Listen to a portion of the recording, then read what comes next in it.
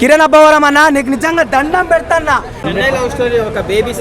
ఆ రేంజ్ లో ఉంది, 100% ఆ రేంజ్ లో ఉంది. మంచి, నాకైతే నచ్చింది.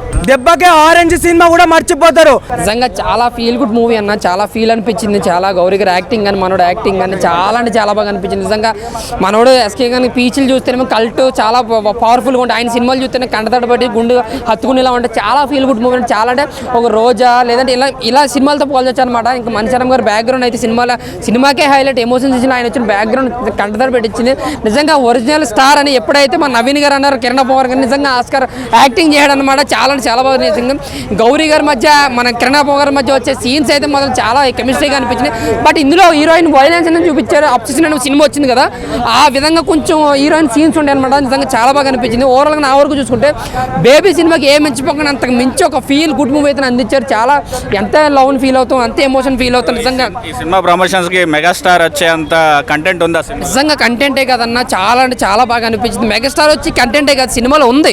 ఆ ఎమోషన్ క్యారీ చేశారు, ఆ ఎమోషన్ కదా ఆ బిల్ నుంచి క్యారీ చేశారు. కొత్త స్టోరీ అంటే కొత్త వైపుని ఓ లవ్ స్టోరీలో చాలా ఉంటాయి కదా, మన ప్రేమించుకుంటాం విడిపోతామనే కాకుండా కొత్త కోణాన్ని బయటకు తీశారనమాట. నిజంగా ఈ కోణంతో చాలా సినిమాలు వస్తాయి.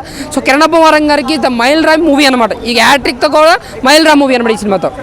అంటే ఒక సీతారామం లాంటి ఒక కల్ట్ క్లాసిక్ అనుకో, పక్కా క్లాసిక్ అని నిజంగా చెప్తున్నాను. బేబీ సినిమా చూసి ఎంత ఎమోషన్ అయ్యారు, అంత డబల్ అవుతారు ఈ సినిమాని చూసి. అంత ఎమోషనల్గా తీశారు, అంత ఎమోషనల్గా అనిపించింది కూడా. టోటల్గా ఒక feel good movie, emotional movie అన్న. నిజంగా ఆరెంజ్ కాదు, దెబ్బకే ఆరెంజ్ సినిమా కూడా మర్చిపోతారు. ఆ కల్టులో ఉంది. నిజంగా చెప్తున్నా, ఎంటర్టైన్మెంట్ కు మారిపోయారు. ఈ సినిమా చూసినాక ప్రతి ఒక్క ప్రేమికుడు నిజంగా చెప్తున్నా ఎవ్వడు సావడు. నిజంగా చెప్తున్నా, ఎవ్వడు సావడు. అందరూ లైక్ ఏమంటారు, కాసేపు మన కాలు కలపకుండా ఉంటే కాలు కూడా తిమ్మిరి పడుతుంది. అలాంటిది మనసు కూడా అంతే పరిగెడుతుందని చెప్పేసి ఒక డైలాగ్ వినండి సినిమాలో. ఏ పిల్ల గురించి ఎవ్వడు చావడు. నిజంగా ఆ రేంజ్లో ఉంది అన్న. నిజంగా ఏమంటారు, కిరణ్ అబ్బవరం అన్న, నీకు నిజంగా దండం పెడతాన్నా.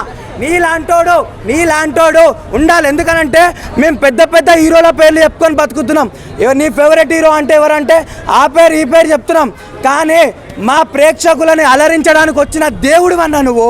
ఒక్క సంవత్సరంలో మూడు సినిమాలు తీసుకుంటూ వస్తున్నావు. నిజంగా నీకు గుడి కట్టినా తప్పు లేదని చెప్పొచ్చు. పాడగట్టే ఛాన్స్ ఇయ్యము, గుడి కడతాము. కిరణ్ అబ్బవరం అని అంటే నిజంగా చెప్తున్నా, ఒకప్పుడు చిరంజీవి, ఇంకో జనరేషన్కి రవితేజ, మా జనరేషన్కి మాత్రం కిరణ్ అబ్బవరం. లైక్ నిజంగా చెప్తున్నా, ఒక న్యాచురల్ స్టార్ నానిని కూడా మర్చిపోయేంత లైక్ లెవెల్గా ఉంది ఆయన న్యాచురల్ యాక్టింగ్. అంటే ఇదే సినిమాకి ఏ హీరోకి ఇచ్చినా సరే అస్సలు సెట్ కాకపోతుంటే. నేషనల్ అవార్డు కంపల్సరీ వస్తుంది అన్న. ఎందుకు రాదు? లైక్ యాక్టింగ్ అంతా చేసిండు. నిజంగా ఈ సినిమా చూసినాక, సినిమా థియేటర్ల నుంచి ఆ లవ్ స్టోరీ విన్నాక ప్రతి ఒక్కడు కంటతడి పెట్టకుండా పోతే లైఫ్ టైం సెటిల్మెంట్ అని చెప్పుకోవచ్చు అన్న. ఇప్పుడు ఈ ఈవెంట్కి మన చిరంజీవి గారు వచ్చారు కదా, అంత మ్యాటర్ ఉంది ఆ సినిమాలో, చెన్నై లవ్ స్టోరీ అన్న. మ్యాటర్ కాదన్నా, ఈ సినిమాలో మ్యాటర్ చూసాక నీ పిల్లని గుర్తు తెచ్చుకున్నాక నువ్వు కోటర్ కూడా ఇస్తావు. ఆ రేంజ్లో ఉంది. అర్థమైందా? సినిమా బాగాలేకపోతే చెప్పు, పర్సనల్గా నేను ఆ తరపు నుంచి నేను ఫోన్పే గూగుల్ పే కొడతా. అర్థమైందా? చాలా సినిమాలు చూసినాం కిరణ్ అబ్బవరం నుంచి. కిరణ్ అబ్బవరం నిజంగా అన్నవరం స్వామి ఆశీస్సులు నీకుంటాయి. నిజంగా మా లాంటి ప్రేక్షకుల ఆశీస్సులు కూడా ఎప్పుడు నీతోనే ఉంటాయి అన్న. ఇంకెన్ని రోజులన్నా ఇలాంటి సినిమాలు ఓ పాన్ ఇండియా సినిమా తీసేయన్నా. ఆ రేంజ్ లో ఉందా?